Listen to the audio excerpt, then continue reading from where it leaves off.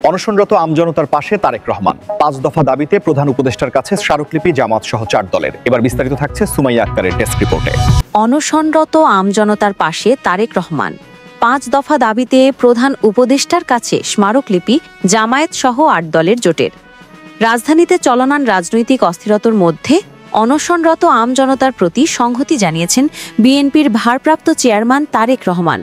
একই দিনে জামায়াত সহ ৮ দলীয় জোট প্রধান উপদেষ্টার কাছে ৫ দফা দাবি সম্বলিত একটি স্মারকলিপি পেশ করেছে। এই দুই ঘটনায় রাজনৈতিক অঙ্গনে নতুন আলোচনার জন্ম দিয়েছে।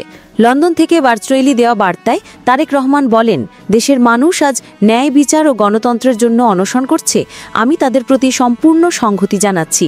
তাদের দাবি আসলে পুরো জাতির দাবি। তিনি বলেন, জনগণের এই আন্দোলন শান্তিপূর্ণ ও ন্যায্য, তাই সরকারের উচিত তা সম্মানের সঙ্গে বিবেচনা করা।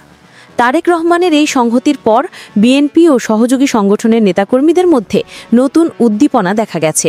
রাজধানীর নয়াপল্টন ও প্রেস ক্লাব এলাকায় নেতাকর্মীরা মোমবাতি জ্বালিয়ে সংহতি প্রকাশ করেন।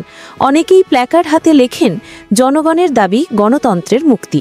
অন্যদিকে জামায়াত সহ ৮ দলীয় জোট বিকেলে প্রধান উপদেষ্টার কাছে যে স্মারকলিপি জমা দিয়েছে তাতে ৫টি প্রধান দাবি তুলে ধরা হয়েছে। দাবিগুলোর মধ্যে রয়েছে: ১. অবাধ, সুষ্ঠু এবং অংশগ্রহণমূলক জাতীয় নির্বাচন আয়োজন। ২. গ্রেফতারকৃত রাজনৈতিক নেতাকর্মীদের মুক্তি। ৩. গণমাধ্যমে সেন্সরশিপ বন্ধ ও মত প্রকাশের স্বাধীনতা নিশ্চিত করা। ৪. দ্রব্যমূল্যের লাগাম টেনে ধরা এবং জনগণের জীবনযাত্রা সহজ করা। ৫. প্রশাসন ও নির্বাচন কমিশনের নিরপেক্ষতা নিশ্চিত করা। স্মারকলিপি জমা দেওয়ার পর ৮ জনের নেতারা সাংবাদিকদের বলেন, এই দাবিগুলো পূরণ না হলে জনগণ আরও কঠোর আন্দোলনে নামবে।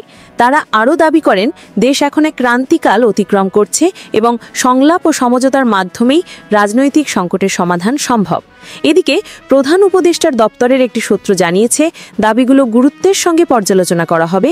রাজনৈতিক স্থিতিশীলতা ফিরিয়ে আনতে সব পক্ষের সঙ্গে আলোচনার উদ্যোগ নেওয়া হতে পারে।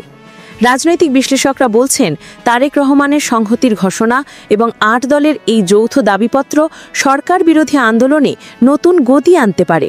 তারা মনে করছেন, আগামী দিনগুলোতে রাজপথ আরও উত্তপ্ত হয়ে উঠতে পারে যদি সরকারের পক্ষ থেকে কোনো ইতিবাচক সাড়া না আসে।